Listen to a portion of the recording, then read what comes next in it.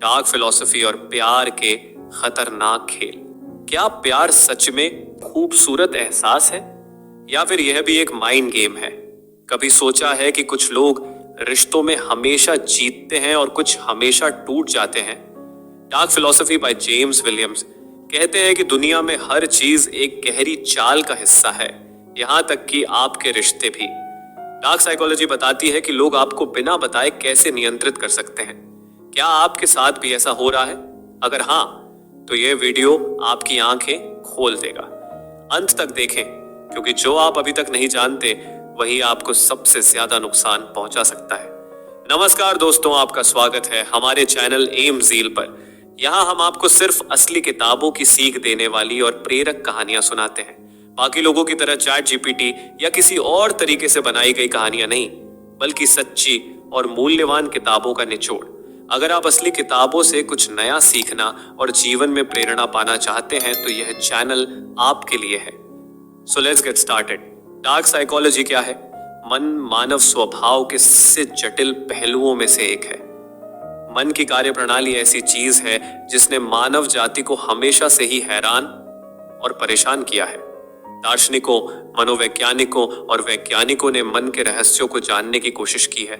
यह आम धारणा है कि मानव मन हमारे व्यवहार और कार्यों को प्रभावित करता है। इसलिए किसी व्यक्ति द्वारा कोई भी कार्य करने से पहले, चाहे वह अच्छा हो या बुरा, उस मानसिक प्रक्रिया को समझने के लिए बहुत सारे शोध कार्य किए गए हैं। मानव मन का अध्ययन करने के कुछ प्रयास सफल रहे हैं। मस्तिष्क पर केंद्रित प्रयास। वे अध्ययन मस्तिष्क के भौतिक पहलुओं को देखते हैं और इस बात पर ध्यान केंद्रित करते हैं कि जानकारी कैसे प्राप्त की जाती है, संसाधित की जाती है, व्याख्या की जाती है और संग्रहित की जाती है। अनिवार्य रूप से वे इस बात की बेहतर समझ प्राप्त करने की उम्मीद करते हैं कि मस्तिष्क किसी व्यक्ति के तर्क करने के तरीके को कैसे प्रभावित कर सकता है। ये ऐसे अध्ययन हैं जिन्होंने अल्जाइमर, धारणा संबंधी कठिनाइयों और यहाँ तक कि स्मृति हानि जैसी दुर्बल करने वाली स्थितियों के प्रबंधन में प्रगति का मार्ग प्रशस्त किया है। मानव मन के अध्ययन का अधिक परिचित पहलू मनोविज्ञान है। हमारे जीवन में किसी न किसी मोड़ पर हमने या तो किसी मनोवैज्ञानिक से परामर्श किया है या किसी ऐसे व्यक्ति को जानते हैं जो हमारी कठिन भावनात्मक लड़ाइयों से निपटने के लिए किसी मनोवैज्ञानिक से परामर्श लेना पड़ा। कई बार जीवन के अनुभव हमें इस तरह से तोड़ देते हैं कि हम खुद से ठीक नहीं कर सकते। कभी कभी टूटन कुछ जैविक संकेतों के परिणाम स्वरूप होती है जो हमें अपने माता पिता से विरासत में मिले हैं। अवसाद, चिंता और भय जैसी भावनाएं हमारे दैनिक अनुभवों को अंधकारमय बना देती है, जिससे पनपना मुश्किल हो जाता है। तनाव और घेरेपी के संयोजन से हम अपने भीतर के अंधकार से खुद को बचाने में सक्षम हैं। लेकिन दूसरों के अंधकार के बारे में क्या? हर किसी में महान अच्छाई करने की क्षमता होती है। हमारे पास महान बुराई करने की क्षमता भी होती है। उदासी, अवसाद, खुशी और प्रसन्नता जैसी भावनाओं के पीछे एक गहरी खदबदाती इच्छा होती है जो हमें जानबूझकर दूसरों को नुकसान पहुंचाने के लिए प्रेरित कर सकती है यदि उन इच्छाओं को नियंत्रित नहीं किया जाता है। ये गहरी इच्छाएं हमारी उड़ान या लड़ाई की प्रतिक्रिया जैसी अधिक आदिम प्रवृत्तियों में निहित हैं, जो हमारे अस्तित्व को बढ़ावा देती है। कभी कभी इन अंधकारमय भावनाओं के प्रति मानवीय प्रतिक्रिया को व्यक्त करने के लिए केवल एक ही शब्द होता है, बुराई। डार्क साइकोलॉजी मानवीय स्थिति का एक अध्ययन है, दूसरों का शिकार करने की मनुष्य की मनोवैज्ञानिक प्रकृति के बारे में। सामान्य शब्दों में डार्क साइकोलॉजी मानव स्वभाव के उस पहलू की खोज करती है जो हमें जानबूझकर और स्वेच्छा से ऐसे कार्य करने की अनुमति देती है जो हमारे साथी मनुष्यों को नुकसान पहुंचाते हैं।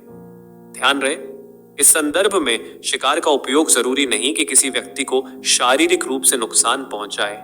हालांकि डार्क साइकोलॉजी की एक शाखा है जो पूरी तरह से इसके लिए समर्पित है। आगामी अध्यायों में हम विषय की बेहतर समझ प्राप्त करने के लिए उन क्षेत्रों पर संक्षेप में चर्चा करेंगे। फिल्मों या किताबों में आपने ऐसे शब्द वाक्यांश देखे होंगे जो अंतर के अंधेरे का संकेत देते हैं। यहाँ तक कि कुछ सबसे प्रसिद्ध दार्शनिकों ने भी इसका संदर्भ दिया है। ईसाइयों की प्रतीक्षित पुस्तक इस बारे में बात करती है कि कैसे मनुष्य का हृदय अत्यंत दुष्ट है। हम सभी ने ऐसे किसी व्यक्ति का सामना किया है जिसे हमने सामाजिक परिवेश में असाधारण रूप से शांत या संयमित बताया है, लेकिन वही व्यक्ति इतना कुटिल कार्य करता है कि हमें उस कार्य को उस व्यक्ति से जोड़ना मुश्किल लगता है। कभी कभी हम यह व्यक्ति होते हैं। यह बात भले ही आश्चर्यजनक लगे, लेकिन पूरी तरह चौंकाने वाली नहीं है। ये मामले बाहरी परिस्थितियों के प्रति प्रतिक्रियात्मक प्रतिक्रिया मात्र है। बर्तन को हिलाया गया और वे काली भावनाएं जो नीचे छिपी थीं सतह पर आ गई। आमतौर पर नियंत्रण लागू होने पर वे पीछे हट जाती हैं। हर किसी में थोड़ा शरारती भाव, बिल्कुल बुरा बनने की एक अव्यक्त प्रवृत्ति होती है अगर सही बटन दबाए जाए। दूसरी ओर कुछ अन्य व्यक्ति इन काली भावनाओं पर पूरी तरह से नियंत्रण रखते हैं। वे उन्हें पालते हैं, उन्हें खिलाते हैं, और जब यह उनके अपने उद्देश्यों को पूरा करता है तो वे जानबूझकर उन्हें दूसरे व्यक्ति की कीमत पर छोड़ देते हैं। कभी कभी ये भावनाएं बचपन से ही विकसित हो जाती हैं। एक बच्चा सीखता है कि अगर वह एक खास तरीके से रोता है तो उसके जीवन में वयस्क उसकी आज्ञा का पालन करने के लिए दौड़ पड़ते हैं। अगर माता पिता बच्चे को शुरू से ही यह नहीं समझाते कि यह गलत है, तो बच्चा बड़ा होकर यह सोचने लगता है कि उसके जीवन में लोगों को अपनी आज्ञा का पालन करने के लिए बहकाया जा सकता है। बड़े होने पर रोना एक हथियार नहीं रह जाता, लेकिन वे अपने चालाकी भरे तरीके जारी रखते हैं। जहां वे आंसू का इस्तेमाल नहीं करते, वे अपने पीड़ितों को ब्लैकमेल करने के लिए भावनाओं का इस्तेमाल करते हैं। तो जो एक मासूम बचकाना व्यवहार के रूप में शुरू हुआ, वह नियंत्रण की एक अंधेरी जरूरत बन जाता है। यह व्यक्ति अपना नियंत्रण स्थापित करने के लिए किस हद तक जा सकता है, उनके कार्यों की तीव्रता को परिभाषित करेगा। डार्क साइकोलॉजी इस तरह के व्यक्ति की विचार प्रक्रिया का अध्ययन करने के बारे में है। यह इन कार्यों के पीछे के उद्देश्य को समझने का प्रयास करता है, इन कार्यों को करने से पहले से लेकर बाद तक प्रदर्शित पैटर्न, और इस बात पर अधिक प्रकाश डालता है कि कोई व्यक्ति जानबूझकर उन कार्यों को निष्कर्ष तक कैसे देख सकता है, यह जानते हुए कि इससे दूसरे व्यक्ति को कितना दुख और दर्द हो सकता है। डार्क साइकोलॉजी मानव स्वभाव के अंधेरे पक्ष को उजागर करती है। प्यार और रिश्ते। जो लोग प्रेम की खोज में जाते हैं, वे केवल अपने प्रेमहीनता को ही प्रकट करते हैं, और प्रेमहीन को फिर कभी प्रेम नहीं मिलता। केवल प्रेम करने वाले ही प्रेम पाते हैं, और उन्हें कभी भी इसकी तलाश नहीं करनी पड़ती है। अब जबकि हमने अंधकार में मनोविज्ञान के भयानक भाग को समझ लिया है, तो आइए हम इस विषय को घर के करीब ले आएं, क्योंकि चलिए इसका सामना करते हैं। आपने ये सब पढ़ा और शायद खुद से सोचा, अरे ये मुझ पर लागू नहीं होता, मैं कभी भी उस स्थिति में नहीं हो सकता। माना कि चीजों के इतने भयानक होने की संभावना बहुत कम है, लेकिन कभी भी ये मानने की गलती न करें कि आप डार्क साइकोलॉजी की शक्तियों से प्रतिरक्षित हैं। इसका प्रभाव आपके विचार से कहीं ज्यादा आपके करीब है। डार्क साइकोलॉजी के तत्व सबसे आम जगह पर प्रकट होते हैं, वह है हमारे महत्वपूर्ण दूसरे के साथ हमारे प्रेम संबंधों में। प्रेम एक सार्वभौमिक भाषा है। यह एक मौलिक भावना है जिसे हम महसूस करते हैं, सभी सहज रूप से चाहते हैं। मनुष्य के रूप में हम प्यार के लिए बने हैं। हम प्यार करना चाहते हैं और प्यार महसूस करना चाहते हैं। कोई भी व्यक्ति उस पुरुष या महिला से अधिक खुश नहीं होता जो प्यार में है और जानता है कि उसे बदले में प्यार किया जा रहा है। कुछ लोग संतानोत्पत्ति के उद्देश्य से संभोग करते हैं, कुछ लोग सामाजिक दबाव को नकारने के लिए संभोग करते हैं, कुछ लोग शक्तिशाली परिवारों के बीच गठबंधन को बढ़ावा देने के लिए भी संभोग करते हैं। लेकिन रिश्तों पानी साथी पाने का प्राथमिक कारण प्यार है। ऐसा कहा जाता है कि चीजों का इस हद तक बिगड़ना आसान है कि प्यार का इस्तेमाल अधिक शक्ति के लिए सौदेबाजी के तौर पर किया जाता है किसी दूसरे व्यक्ति पर, और यहीं पर डार्क साइकोलॉजी के तत्व काम आते हैं। आपने कहावत सुनी होगी, जो आप चाहते हैं उसे पाने के लिए जो आपके पास है उसका इस्तेमाल करें। व्यापार जगत में इस तरह की सोच जमीन के साथ आती है, लेकिन रिश्तों में इसे हेरफेर कहा जाता है। आइए इस उदाहरण को देखें। एक महिला जानती है कि उसका साथी उसे यौन रूप से आकर्षक और अनूठा पाता है। शायद वह उससे लंबे समय से कुछ चाहती थी, लेकिन इस बारे में लंबी बातचीत के बावजूद वह उसे पूरा करने के लिए तैयार नहीं हो पाई। मान लीजिए कि वह हमेशा से उससे यही चाहती थी कि घर के कामों में उसका शारीरिक योगदान हो। उसका जिद्दी रुख उसे अपने साथी को आज्ञाकारी बनाने का तरीका खोजने के लिए प्रेरित करता है। उसे ये करना है वह बिना उसके पास आए और कुछ ऐसा कहे कि लिविंग रूम को वैक्यूम करो वरना आज रात सेक्स नहीं होगा।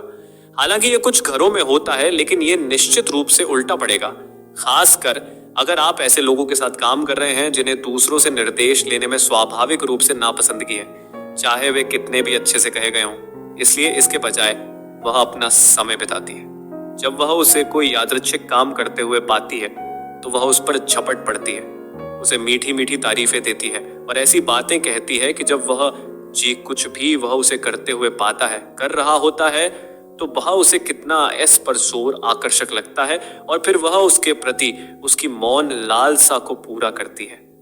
इस रणनीति का प्रभाव और भी अधिक होता है यदि उसे सामान्यतः ऐसा करना पड़ता है। उसे इतना उत्तेजित करने के लिए काम करे। अगर वह लगातार ऐसा करती है तो उसे अवचेतन रूप से यह संदेश मिल जाता है कि घर के काम करने से उसे बाद में अच्छा सेक्स करने का मौका मिल सकता है। समय के साथ वह उन कामों को करने के लिए प्रोग्राम हो जाता है जिन्हें वह अपने साथी की यौन प्रेरणा के कारण स्वाभाविक रूप से करने से मना कर देता था। यह परिदृश्य हानि रहित प्रतीत होता है, लेकिन अगर आप बारीकी से देखें तो यहाँ डार्क साइकोलॉजी का इस्तेमाल किया गया था। लड़के को सिर्फ सेक्स के लिए, अपनी पार्टनर के लिए स्वेच्छा से कुछ करने के लिए प्रेरित किया गया था। उसने उसकी कमजोरी को समझा और अपनी इच्छा पूरी करने के लिए अपनी ताकत का इस्तेमाल किया। अच्छी बात यह है कि इस मामले में हर कोई खुश होकर जाता है, क्योंकि महिला को अपने पार्टनर से वह मूल्यवान योगदान मिलता है जिसकी उसे जरूरत होती है और पुरुष को वह सेक्स मिलता है जिसकी उसे महिला के साथ चाहत होती है, यह चाहता है। लेकिन जब डार्क साइकोलॉजी शामिल होती है तो चीजें हमेशा पारस्परिक रूप से लाभकारी नहीं होती हैं। यह पीड़ित के लिए वास्तव में बहुत बुरा हो सकता है। आइए इस दूसरे जोड़े पर नजर डालें। मैं इस नए जोड़े को डेव और माया कहूंगा। डेव और माया के व्यक्तित्व बहुत अलग अलग हैं। डेव एक घरेलू दोस्त है और माया बहुत सारे दोस्तों वाली एक जीवंत बहिर्मुखी है। सतह पर ऐसा लगता है कि उनके व्यक्तिता में अत्र एक दूसरे के पूरक हैं। यह तब तक था जब तक डेव को माया पर अधिक नियंत्रण रखने की आवश्यकता महसूस नहीं हुई, लेकिन वह जानता है, शायद इसलिए कि वह पहले ही कोशिश कर चुका है, कि वह जो चाहता है उसे पाने के लिए पूरी तरह से बल का उपयोग नहीं कर सकता। इसलिए वह माया को अपने वश में करने के लिए एक अभियान शुरू करता है। वह उसके बारे में छोटी छोटी बातों पर ध्यान देना शुरू करता है, जैसे कि उसके कपड़े, मेकअप, बाल और यहाँ तक कि उसके वजन के बारे में भी प्यार की आड़ में व्यंग्यात्मक टिप्पणियों करता है। अवधि इससे उसका आत्मविश्वास प्रभावित होने लगता है और जब वह अपने दोस्तों का जिक्र करती है तो वह उनके बीच किसी काल्पनिक झगड़े के बारे में अपने सिद्धांत को समझाने और उसका समर्थन करने के लिए तुच्छ घटनाओं का इस्तेमाल करता है, जैसे कि वे आपसे ईर्ष्या करते हैं, आमतौर पर काम करता है। संदेह के पे छोटे छोटे बीज पड़ते हैं और पूरी तरह से एक ऐसी दरार में बदल जाते हैं जो माया और उसके दोस्तों को और दूर कर देती है। अपने नए नए कम आत्मविश्वास के कारण, कोई दोस्त न होने और खराब आत्मसम्मान के कारण उसे ऐसा महसूस कराया जाता है कि हेव ही एकमात्र व्यक्ति है जो वास्तव में उसकी परवाह करता है और उसे वैसे ही स्वीकार करता है जैसी वह है। यह उसे देव को खुश करने के लिए हर संभव प्रयास करने के लिए प्रेरित करता है, ताकि यह उसे ठीक उसी जगह पर रख सके जहां वह उसे रखना चाहता है, उसके नियंत्रण में और पूरी तरह से उसके नियंत्रण में। मैंने उदाहरण के तौर पर जिन दो मामलों का इस्तेमाल किया है, उनमें हम ऐसे उदाहरण देखते हैं जहां रिश्ते दो व्यक्तियों के बीच होने चाहिए, लेकिन वे एक साथी की इच्छाओं को पूरा करने के लिए हेरफेर और धोखे का सहारा लेते हैं। दोनों ही रिश्तों की शुरुआत अच्छे इरादों से हुई थी और जबकि पहले वाले का अंतिम परिणाम दोनों पक्षों के लिए संतोषजनक स्थिति साबित हुआ, बाद की कहानी में मामला उल्टा है। यहाँ समानता यह है कि सभी पीड़ितों ने अपने साथी के लिए अपनी भावनाओं के कारण ऐसा किया। इसलिए यह कहा जा सकता है कि प्यार पाने की हमारी इच्छाएं हमें कमजोर बना सकती हैं। दूसरों के लाभ के लिए इसका हेरफेर और शोषण किया जा सकता है। फाइनल सारांश, डार्क साइकोलॉजी हमें यह समझाने की कोशिश करती है कि लोग हमारे दिमाग और भावनाओं को कैसे प्रभावित कर सकते हैं और कैसे अनजाने में हम उनके जाल में फंस जाते हैं। ये किताब दिखाती है कि कैसे मनोवैज्ञानिक हेरफेर, मैनिपुलेशन, गैसलाइटिंग, भावनात्मक ब्लैकमेल और डर का उपयोग करके लोग दूसरों को नियंत्रित कर सकते हैं। यह सिर्फ अपराधियों या धोखेबाजों तक सीमित नहीं है, बल्कि हमारे आसपास, हमारे रिश्तों, कार्यस्थलों और समाज में यह हर जगह मौजूद है। लेकिन सबसे महत्वपूर्ण बात यह है कि इस किताब का उद्देश्य हमें सिर्फ डराना नहीं, बल्कि जागरूक बनाना है। अगर हम आत्म जागरूक, सेल्फ अवेयर बने, अपनी भावनाओं पर नियंत्रण रखें और तार्किक सोच अपनाएं, तो हम इन मनोवैज्ञानिक चालों से बच सकते हैं। निष्कर्ष यह है, डार्क साइकोलॉजी एक ताकतवर हथियार है। अगर इसका सही इस्तेमाल हो तो ये हमारी जिंदगी को बेहतर बना सकता है, लेकिन अगर हम इससे अनजान रहे तो ये हमें पूरी तरह से बर्बाद भी कर सकता है। इसलिए सतर्क रहें, सवाल पूछें और अपने मन व भावनाओं को किसी और के नियंत्रण में ना आने दें। अगर आपको ये वीडियो पसंद आया तो इसे लाइक और शेयर करें और ऐसे ही और वीडियो के लिए हमारे चैनल को सब्सक्राइब करें। धन्यवाद।